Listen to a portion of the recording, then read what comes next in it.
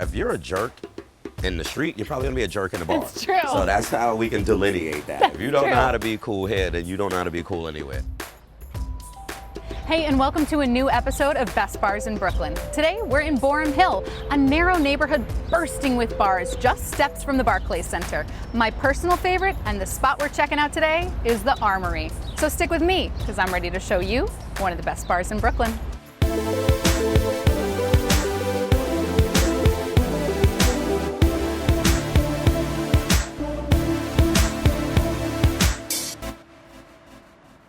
This eclectic area offers some great bars to check out after a game or concert, and they might even turn into your new favorite neighborhood haunt.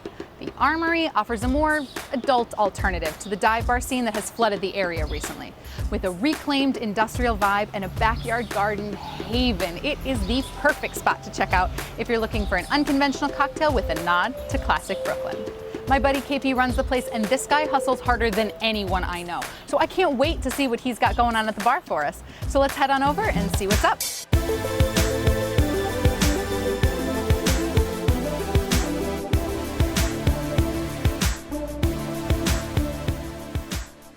KP Sykes is the owner, operator, and bar manager at the Armory and is the driving force behind all of their amazing and extensive cocktails.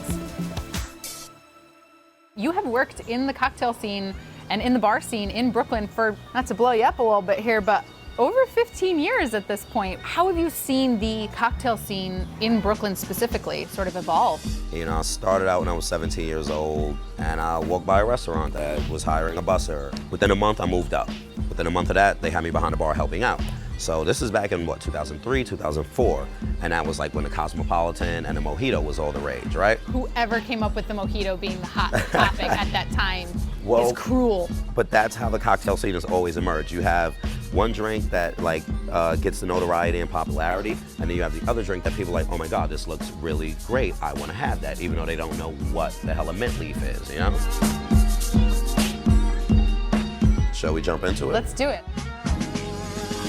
Why do you have yellow chartreuse? Nobody stocks yellow chartreuse. First of all, you have a great eye because nobody notices yellow chartreuse. This is very herbaceous, a lot of vegetable notes to it. I started studying the history of it, and basically it's made in the French Alps, and there is 5 monks that all know a different component of the recipe, so it can't be made independent of one of the monks. So nobody has the full recipe? Nope. Unless those 5 guys go to a party and get crazy, I guess. And a lot of people shy away from using it in cocktails, but that just sets me up for a bigger challenge. What we have here is called the Soldiers and Sailors. It's named after the archway that's at Grand Army Plaza, which most people know is kind of like the linchpin of Brooklyn. So where that huge roundabout is, on each side of that circle is a different neighborhood, but you have the entrance to Prospect Park, you have the library, the Brooklyn Museum is just a stone's throw away. So even in all of its diversity, that one circle just happens to bring everything together. So you just got a little bit of yellow chartreuse, got some rum, some lime juice, and another favorite of mine, which is Montenegro. So the floral notes and the botanicals of it with the herbaceousness of the chartreuse. Then you get some of the agricole from the rum to lend a little sweetness, and the citrus balances everything out.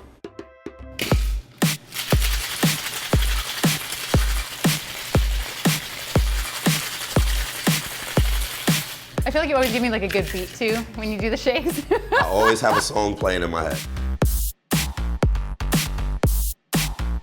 What is this? All right, so these are edible flowers. I really do like the color on that. It's really yummy looking. It's definitely something that catches people's attention because every time I'm making one, next thing you know, someone's like, what is that? I'd like to have that. I call that the mojito effect. Oh, I call it drunky see, drunky do. Oh, that's a definite drunky see, drunky do cocktail for sure. Look at how beautiful it is. Gotta keep it sexy. Oh, that's dangerous. Deceptively dangerous. That is unbelievably refreshing. Yes. Such a perfect summer drink, super light. I feel like the flavors of the flower kind of slowly melt into the cocktail as it sits there because it's starting to absorb the flavors. Exactly. We want you to be able to sit down, enjoy it, take your time with it, allow it to develop and change throughout the conversation. So it's the melding of the neighborhoods that perfectly sync up to make the Brooklyn that we love. Absolutely. And it's priced so that you can still afford it. Hey! Okay, there it is. I didn't get priced out of the neighborhood just yet. Later. What is it like with two minority business owners? What's that like being in this neighborhood at this time in Brooklyn? Let's put it this way, gentrification pays my bills. That is a fair point. But in all seriousness, as a Brooklyn native, I never really saw color lines like that, because it was always like, my elementary school is 2 blocks away from here. And I had kids of every background, but we were all just kids. That's all we saw. So, now as an adult, now that I can readily identify, other races, other issues, other, topics and things that people have going on in their life, it's kind of like, what's the one place where we can find that commonality? It's a bar. This is the 21st century tiki. A lot of people like to do tiki drinks, are very popular, and a riff on it was the Buffalo Trace, because to me I find it has like slight hints of vanilla. We also have allspice dram. It gets played up with the velvet falernum. I included aquafaba. So this is like a new thing. Everybody's using aquafaba. So here's what's dope about it. The water that chickpeas come in, it's completely vegan, and it can replicate the emulsifying actions that an egg white would do. So you get that sort of frothiness that you get from a traditional egg white based cocktail without being a non-vegan based drink. Voila. This is exactly what I want in a cocktail. It's very clearly a whiskey-based cocktail. It's something that's super easy to sip on. It's nice and spicy and deep and has all these levels of flavors to it. Most things that stay on the underground, eventually it gets let out, it becomes common knowledge. And around 2013, 2014, that's when the cocktail scene exploded. Between social media, people posting their drinks and saying, this is a very Instagrammable thing, which, hey, I'm not mad at it. But, now the cocktails are at the forefront. I feel like it lends more room to the growth of the culture and influencing people who normally wouldn't go into a bar and order something they never heard of because they're afraid to, try something new.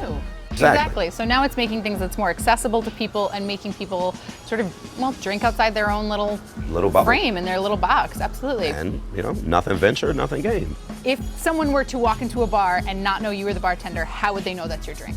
I would say if you looked at the menu and there was the name of a cocktail jumped out at you immediately, chances are my stamp of approval was on it. So here we have a Peel Good Time. I'm sorry. I'm a sucker for a good pun.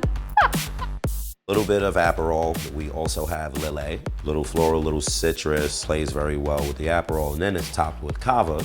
Get the sweetness from the other two components. It balances it out. Just garnish with little strawberries and expressed lemon peel. The aromatics on it alone are amazing. Oh, wait till you taste it. Oh, it's so citrusy. Instead of getting that bitterness of the Aperol, the strawberries really balance that out, but you still get the flavor profile of the Aperol. Like everything balances well. The bubbles also help to move the flavors through it. Basically a very straightforward drink, but sometimes things can be very simplistically complex. I find inspiration in the strangest places. I might be listening to my Discover Weekly on Spotify and hear a song that reminds me of a certain point in my life, and then it takes me back to where I was, and then I incorporate that. And I like to share those things with people. So when you see something on the menu and it's like, this seems a little out of place, but the name is what caught me, that's usually me. Cheers to the Armory and to the success here with you guys and all your other ventures, because KP does have other bars and you should check them out because they are fabulous, as is he. Thank you to everybody here at the Armory, especially KP, and remember to always drink off the beaten path and never forget to tip your bartender.